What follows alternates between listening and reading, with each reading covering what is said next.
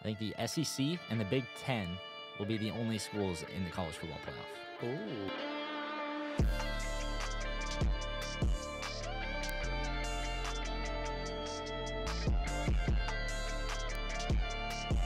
And welcome in to the first episode of the Super Bowl podcast. I'm Braden Dorman. Alongside me, Harper Hauk and David Arnold. We are so excited to bring you episode 1 of hopefully a long line of episodes coming your guys' way here in the next couple of years. Start off with Harper. I just want you to kind of give the audience an idea of what they're going to expect coming up here for this Super Bowl podcast. Yeah, sure. So I think this podcast is a really cool opportunity for us to discuss the big things in sports, all the big trends, all the big headlines. Then we can also talk about how God's message is intertwined with that. We're going to see how he works through athletes each and every day, within organizations, within teams, you name it. Yeah, absolutely. I'm really looking forward to this. I mean, obviously sports is something we're all passionate about, but we've grown in our faith so much on this journey of life, and being able to talk about both in one setting is just really cool. And we can just share to the world God's glory and just how he's worked in our lives and intertwine that with the sports world. It's going to be really cool. Yeah, I think it's pretty cool. I mean, for people that don't know us, sports brought us together. And now I think something that really brings us together even more is God. So this is the two subjects that we can talk about the most. And I truly believe we're good at it and that people can get a lot out of it. So we're excited to bring it to you guys. And we can't wait to see the feedback that we get each and every episode, each and every week. But with that being said, we're going to start each episode off with a fun sports segment.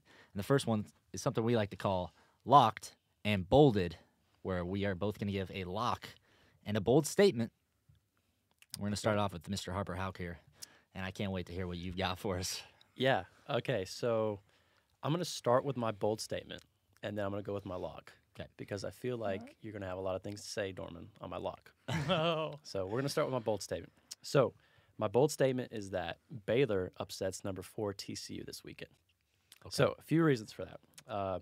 First off, I feel like Big 12 matchups are always close. It doesn't matter if Texas is ranked number 2, unranked Oklahoma State's going to play them well. It doesn't matter. I feel like they always play close. Baylor has the home field advantage during this matchup. And let's not forget, last year, they finished the season number 5 overall. So I don't really know what's happened to them this season. Yeah, weird. No clue. Yeah. But, I think they would love to spoil TCU's season.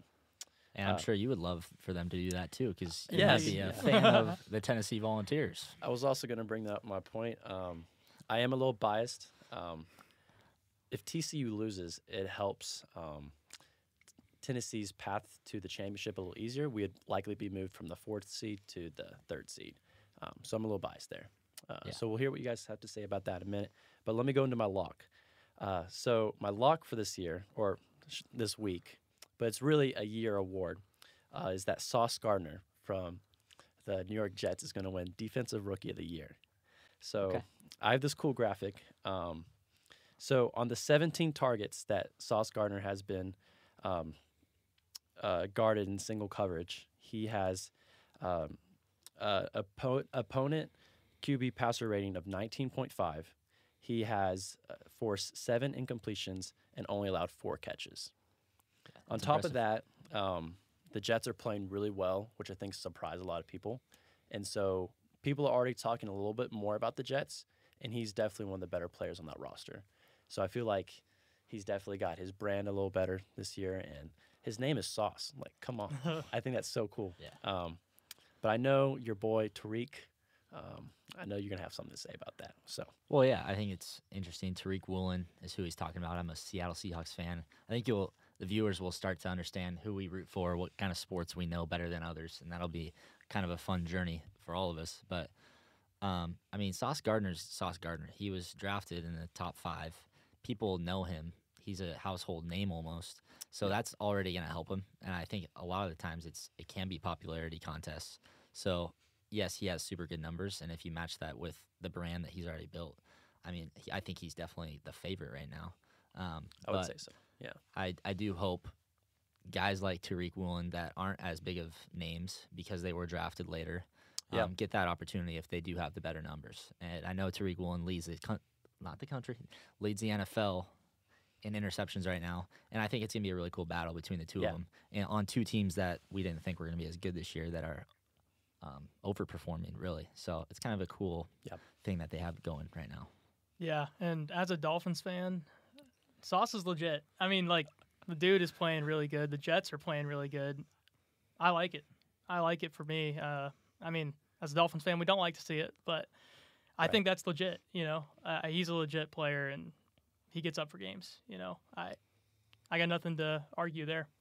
Yeah, and we will be keeping track of our bold takes and our locks on social media, so make sure to follow us on Instagram, TikTok, and of course subscribe on YouTube. But I think that's a risky lock. Like you could have gone a lot easier there. You could have gone with a lot easier one that could have gotten you that lock point. But it's almost more of a bold statement. I mean, I know. Call it what you want. I mean, it's not too bold, but like it's not a lock either. He went discount double bold on that one. I'll tell you. Yeah. I don't know. I think it's a fun way to start off. What do you guys think about the TCU versus Baylor? You guys think Baylor has it in them? So let me go next because I'm actually very similar, and I'll start off with my bold take that is actually very similar to yours. I think the SEC and the Big Ten will be the only schools in the college football playoff. Oh. So I think Michigan and Ohio State are playing each other the last week of the year. That's right. And I think both of them are going to get in, and I think it's going to be because TCU loses at some point. And I definitely believe that it could be at Baylor this week. I think that's a trap game coming off of a big win at Texas. Sure. And I think if they beat Baylor, even more of a trap game is against Iowa State in the last week of the year. And then if you win both of those, they still have to win the Big 12 championship. Mm-hmm. Yeah. And you're not in the college football playoff if you're TCU if you don't win out. And I just think that pressure's going to get to them. And I think that's going to allow what I think it ends up being is Georgia 1, Ohio State 2, Tennessee 3, Michigan 4. Michigan 4. Yeah. Ooh. Who's currently number 6? Well, so the rankings are actually probably out right now as we're recording. Oh, yeah, that's right. And we can check. So it was Oregon, and they're not anymore. Yeah, Oregon was Right. 6. Right. I believe it could be LSU. Yeah, LSU could be up there. They could shake it all up. They I'll sure tell could, you, but it would still be an SEC school, Yeah, which is you're why I think it's very top-loaded. And all I really need is TCU to lose for that bold take to happen. Because I think the Pac-12 always beats itself up, and I think the Big 12 does kind of the same. They kind of eat each other alive, as people say. And the last thing I want as a West Coast guy is the SEC and the Big 10 to just take over the college football playoff. Mm-hmm. But it also hasn't really happened exactly like that before, so I think it's a bold take. And I think we're kind of on the same wavelength a little bit. Yeah, I agree. I got some good stuff too. And honestly, let me just throw in my bold take is literally right on the same wavelength. I think the USC Trojans get in the college football playoff. Wow. And let me tell you, so I think TCU does lose, and I will say everybody's saying that. Everybody's like TCU's gonna lose. TCU's gonna lose. Yeah. They got a ton of bulletin board material with that, but I do think they lose. And they're scheduled to end the year, USC's at least. So they go on the road, UCLA, and then who's probably gonna be top 20 still, even though they lost bad to Arizona. They've had a good year. Yeah, but then they go Notre Dame, which would be an impressive win for the committee, another one, and then they got the Pac-12 championship game versus Utah or Oregon, and remind you that their only loss was to Utah by 1 point. Was their only loss, and it was because they went for 2. It was earlier in the year, and they have a chance to avenge that loss. So I think that they sweep the table. They run the table, and USC gets in. And my playoff is going to be Georgia, Ohio State, Tennessee, and USC. In that order. That'd be interesting. That'd be a lot of fun. I think USC's path is a lot tougher than TCU's. I mean, obviously TCU's undefeated, and that helps with USC's one loss. Yeah. But I do think the Pac-12 is better than the Big 12 this year. Mm-hmm. So I agree. Every year the Pac-12 hurts themselves by beating each other up. It's insane. And that one team just can't get over the hump. It's been a while since a Pac-12 team has been in the playoffs. So, as a West Coast guy, I'd like to see that, although I'm not the biggest USC fan. But anything can happen. And I will tell you the new rankings before you rebuttal. Georgia 1, Ohio State 2, Michigan 3, TCU 4, Tennessee 5, LSU 6, and USC 7. So that's our top LSU's 7. knocking on the door. Yeah. They could shake things up. And their wins to end the season are going to be incredibly impressive. Like I think this is where it gets fun, right? So let's say TCU doesn't lose. Does USC get in over Tennessee? If they win out? If they win out, and so they're 12-1, have the Pac-12 championship. Tennessee's sitting at 11-1 on the couch for the SEC championship. I think even if you take out my bias, Tennessee still has a more impressive resume when you look at their schedule. I mean, they beat Bama. They beat LSU at LSU by I think it was 22 points. Come on. And their only loss is to on an away game at Georgia. So, come on. I think it's better than USC's. A lot of directions it could go. And we want to see some comments on our YouTube. We'd love to hear who you guys think the Final Four teams will be, as we really are in crunch time. And our next episode's really going to be right when the conference championships are going on. So it'll be an exciting time of the year. I'll go with my lock real quick, and then you can go. We'll both hit our locks really quick. Okay. Mine's in the NFL here, and it is a game coming up this weekend. I just think it's the only really real gimme that I found on the schedule this week. And in the NFL, it's so tough. There really are never gimmies, but the Ravens over the Panthers is going to be my lock. That is mine as well. Okay, I figured it could be just because I didn't know what else would be on the NFL schedule. Yep. So cool. Ravens over Panthers. I'm a big Deontay Foreman guy. He helped me out in fantasy last week, but 31 carries against the Ravens are going to end up a lot worse than they did against the Falcons. Yeah. The Ravens defense will shut that down, and then it's going to be up to the quarterback, whoever that is, Baker Mayfield or PJ Walker. And I got a bad feeling about that one against that Ravens team. Yeah, and the Ravens have won 3 straight going into the bye. They're going to be rested. I don't know what Mark Andrews' status is going to be, but Isaiah Likely's that guy too already. Yeah, he's good. I mean, that team is sneaky. I think they win big at home this weekend. So it's in Baltimore? Yeah. Yeah. I would give the Panthers a 10% chance to win that game. Yeah. That's tough. Yeah. And usually when there's a team that's supposed to just dominate them, usually the Panthers would just come out and win that. It's just such an NFL thing. It is the NFL. It's so unpredictable. But that felt like a comfortable lock for me, and it sounds like also for you. So looks like we won't be separating ourselves too much in the standings if that one comes true or does not. But all right. So if you're betting, us here at the Super Bowl podcast, I don't know if we condone betting, but we think the Ravens are going to beat the Panthers. So keep that one in mind. Yeah. All right. So let's go to the second half of this episode, and really the big part of this episode. We're talking about different athletes, different stories in sports each and every episode. And this one's going to be about the legend that is Tua Tagovailoa. Yes, sir. Former Alabama quarterback, now the man in control of the high-powered Miami Dolphins offense. And this man to my right here is quite the Dolphins fan. Massive. So quite Bring the it Tua on, fan, actually. So no surprise, really. Legion of Zoom. No one calls it that. I do. So count me as one. Anyway.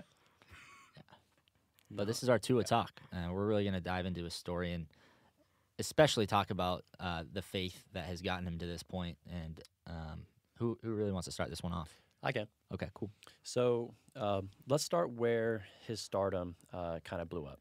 So we want to go back to the 2018 National Championship game. And David remembers this game very vividly. I do. So I'm actually a Georgia fan as well, or was a big one at the time at least. And I remember seeing Tua coming in the game in the second half. I'm like, who the heck is this guy? That was the whole country. I think. Yeah. The whole country for sure. met Tua for the first time. I mean, you got Jalen Hurts out. I mean, who's a baller. I mean, that dude, I was shocked to see him not on the field. So I was like, man, they must have faith in this guy. And he went out and played on the biggest level I had never seen before. So I was like, I want him on the Dolphins, and it ended up working out. It was awesome. But basically wasn't a fan of Tua until he came home to Miami, baby. Let's go. So you could say you have a love-hate relationship with him. It's about 99% love. Okay. But yeah, so just like David said, Tua replaced Jalen Hurts, who was the starter at the time. Tua was a true freshman, and he came back second half, methodically led Alabama against Georgia. He led him back, and that includes a overtime touchdown throw to his teammate Devontae Smith in the left corner of the end zone, wasn't it? Everybody remembers right. that one. Yeah. I mean, That's right. Yeah. if you On watch that second game. and 28 or something too. They got a sack on the first play. Yeah, that's crazy. Oh yeah, it was right after the sack. Yeah. So we want to focus in on his post game interview. There's a lot of good quotes that he said, and he really just took the opportunity to use his platform to praise Jesus. So before he got into the line of questions, he said, "First and foremost, I would just like to thank my Lord and Savior Jesus Christ. With him, all things are possible." And then 10 seconds later, he would go on to say, "All glory goes to God. I can't describe what he's done for my family. Who would have ever thought I would have been here right now in this moment? I thank God for that. And I thank my teammates and Coach Saban for the opportunity." So I can almost see him still flooded with emotions coming back into the game the second half without having much experience at all during that season. He's still flooded with emotions, and it's so cool to see that he used that opportunity to glorify God rather than himself. Yeah, absolutely. I mean, as you said, Jalen Hurts was their quarterback all year. That was just a moment he was thrown in, and it just happened to be the biggest moment in pretty much all of college sports, other than March Madness. It's right there, right? And I think a lot of the times you see guys on post-game interviews that are like, I want to thank God first, and then they just kind of brush that off, and maybe that's just like a thing they like to say. But a guy that repeats it over and over and can't kind of stop saying that, that's when you know he genuinely means it. And genuinely in that moment, he knew that God had a hand in that one. I mean, in sports, we call it a miracle.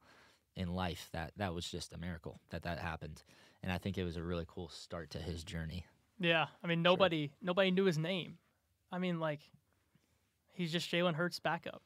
And he comes in there and plays. Yeah, he was so poised, and you could tell there was just a piece there of just being like, I'm going to go play football, And the fact that he did mention, and not just mention, but talk about Jesus in that massive setting. I mean, you're on the worldly success is as high as it could be in that moment, you know? And I feel like where you are in that moment, like, you really, I guess, just what matters to you will come out, and like I'm sure the emotions were just flooding out of him, and for that to come out first before anything else in that moment where he could be raising up a trophy, doing whatever, right? I mean, like, to just take that moment to tell everyone watching who helped him to accomplish this. It's really cool.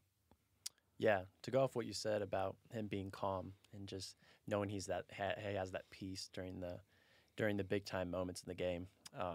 He's been very outspoken about how he uses prayer before, during, and after the game. A lot of his teammates have seen him pray in the locker room, for the team, on the sideline, even on the field. And one of his favorite verses is Philippians 4:6-7. It reads, "Do not be anxious about anything, but in every situation, by prayer and petition, with thanksgiving, present your request to God.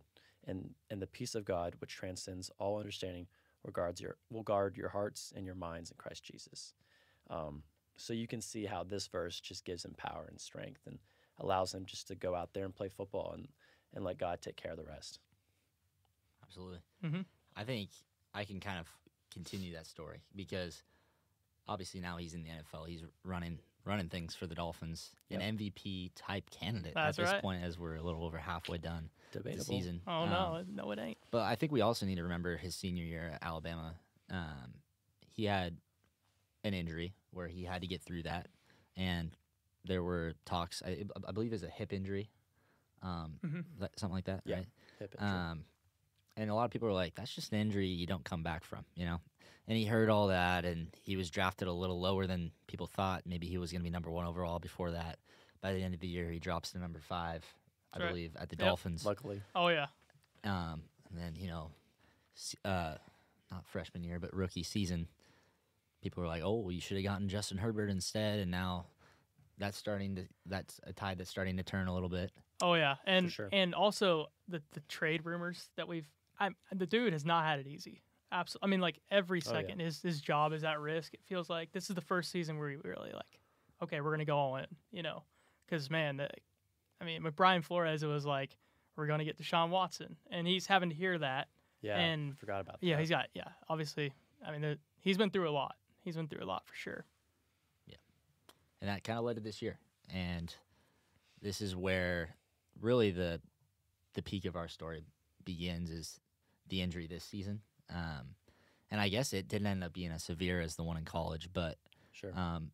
if you guys remember, against the Bills, week 2 or Three, I week think. 3, I think it was 3 and 4. week 3 when they go to 3-0 against the Yeah. Bills. Yeah. He has kind of a scare where he's stumbling, holding onto his lineman, falling over. Yeah. And people are like, that doesn't look right. And it's something that you see every once in a while in football, but like not too often, and especially not from your quarterback. It's nothing you want to see. And obviously, this man over here wasn't too excited to see that, but not he at ends all. up coming back into the game. After the team doctors actually say, no, he's good to go, and we're actually going to put him back in. And he finished the game out not looking the best. And the players, the coaches afterwards said, no, it was actually a back injury and not a concussion. Yeah, it was. As a Dolphins fan watching the game, I'm like, that's a concussion. Sure. I really thought it was. He got up, he was stumbling it.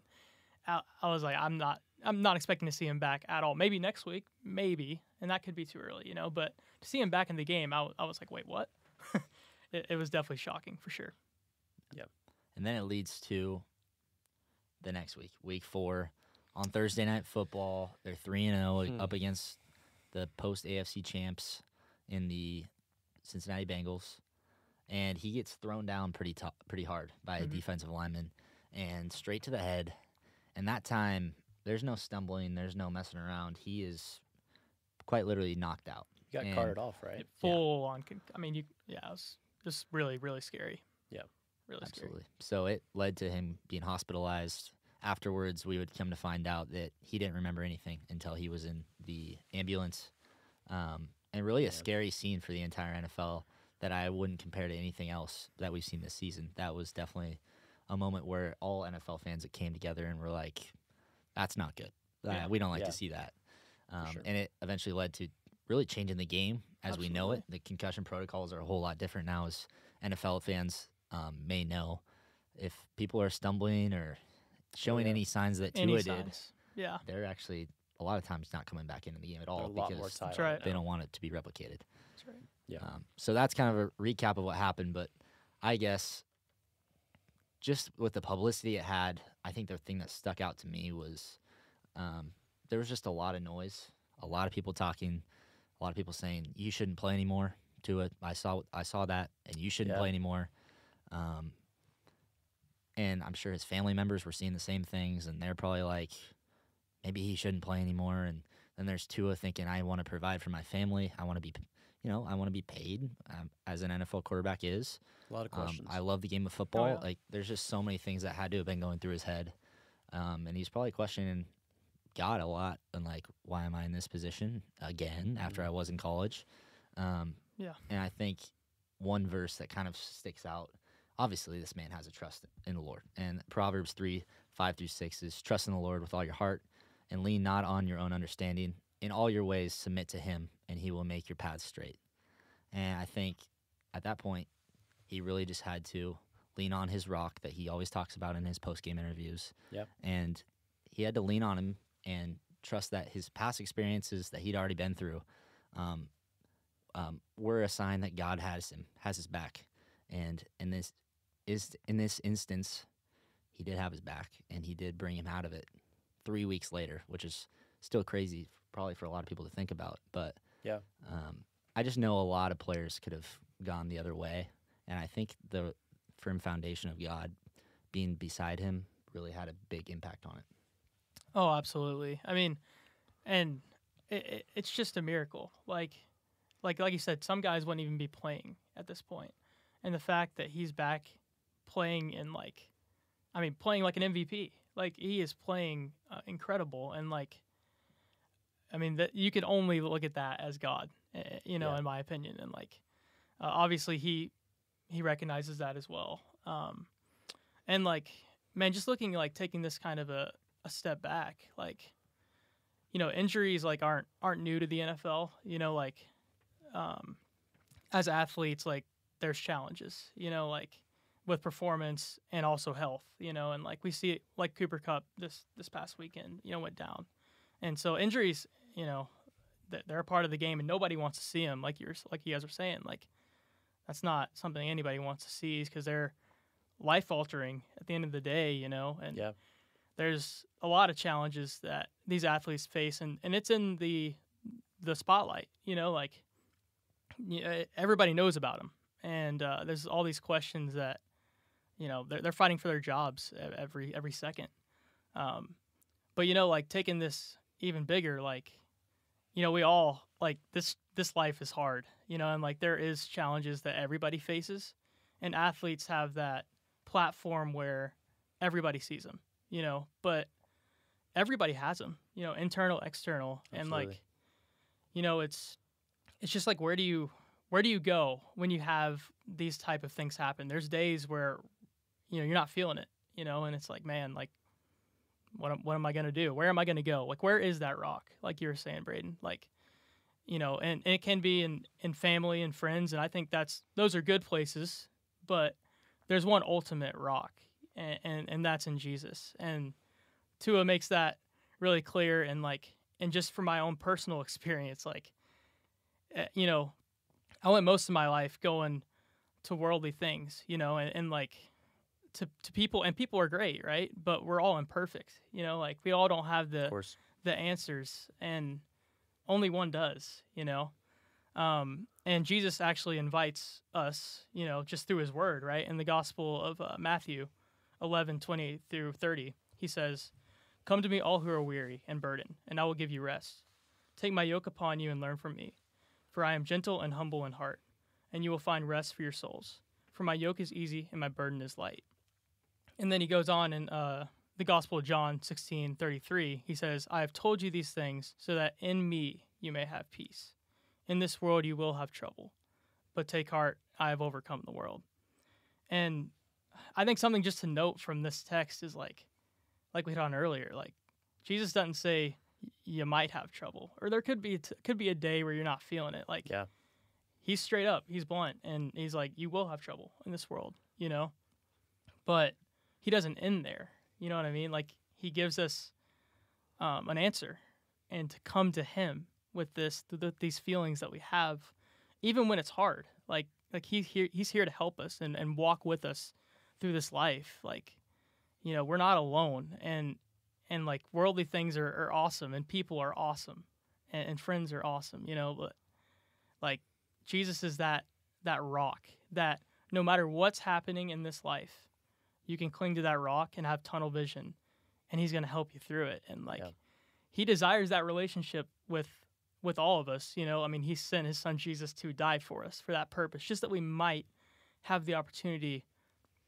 to just accept him, and I feel like that's something I don't use enough, of like going to that rock when times are hard. It's easy to go to sports, even, for example, like just be like, let's watch some sports and kind of just breeze, act like nothing's wrong, but you can only put on a front for so long. Yeah. And somebody's got to have that intimate, like conversation with you. And that can be God. And I think that's something that we miss a lot in today's age. Sure. Yeah, those are some really great points you bring up there.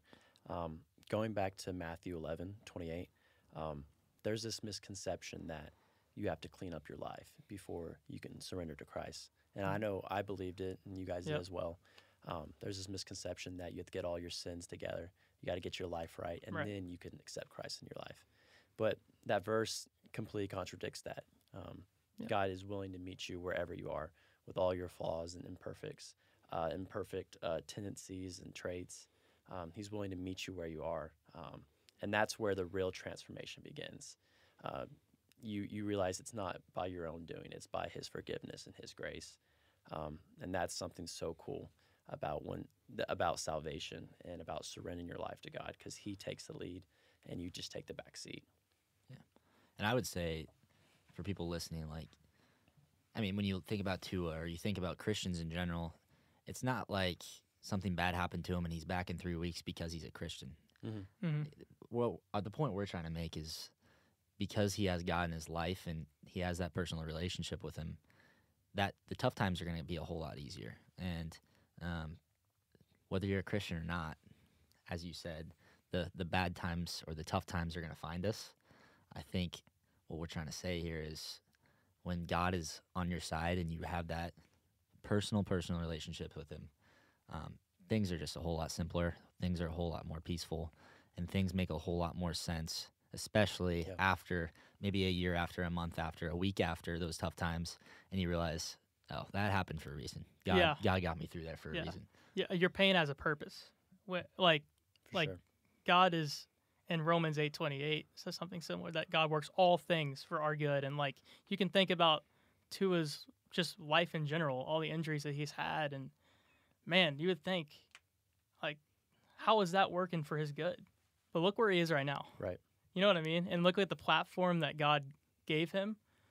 And I mean, he's one of the most talked about players in the league, and he's glorifying God's name. That's not by accident. And you know, like, I feel like when we get to the pain, like, you know, when we're in that trial, like, it can be so easy to just give up, you know. But Sure. when you see through the other side, like, there's always purpose when you have Jesus walking with you. You know, like, there's always purpose, and that's just incredible. And he loves all of us. Like, he loves us so much that he died for us. And like, just wherever you are, like, in this life, like, just, I mean, whether the highest of highs, the lowest of lows, like, he wants to spend every hour, every minute, every second with you. Mm-hmm. And like, he cares that much to hear your story, and he knows your story already, and he wants to hear you. Like, that's just amazing. And that's something that nobody here can fully provide outside of God. Absolutely. Yeah. Yeah, God gives you a completely new perspective on life. I know we talk about this quite often, but our joy is not dependent on our circumstances. All the pain and the suffering that we go through, we have a new way of looking at it now. And a few years back, we would have looked at all the trials we went through very differently. But we know that nothing or no one in this world can shake us because we're children of Christ. And, you know, we got everything worked out for us, which is having that security and that peace. You can wake up every day and go to bed every day just knowing that everything is going to be okay. Yeah, and knowing that for believers, heaven is in store. Like that. Yeah. Like, the worst comes to worst is that's it. You know what I mean? Like, we still have that hope no matter what. And like you're saying with the circumstances, like, it doesn't matter what is happening. Like, if you have that hope, like, what can possibly take that away from you? Nothing. Nothing can shake us. Nothing. Yeah. And I would say that is a reason why we're doing this podcast. I mean, Amen. we have been convicted to a certain point that this is something God wants us to do, and I think we all feel pretty lucky that this is something that we get to do. We get to talk about two of our greatest passions, and while one is worldly and one is godly, it is quite cool how those two correlate so often. And I think we're going to bring a lot of really cool stories to our viewers each and every episode. And if you guys have nothing else, I think we'll wrap this episode up. Sure. Yeah. All right. I think that's going to be the end of episode 1 of the Super Bold podcast. And we are going to be on YouTube. And hopefully you see some clips if you follow us on Instagram and TikTok. We thank you guys. We love you guys. And we will see you on episode 2. Fins up.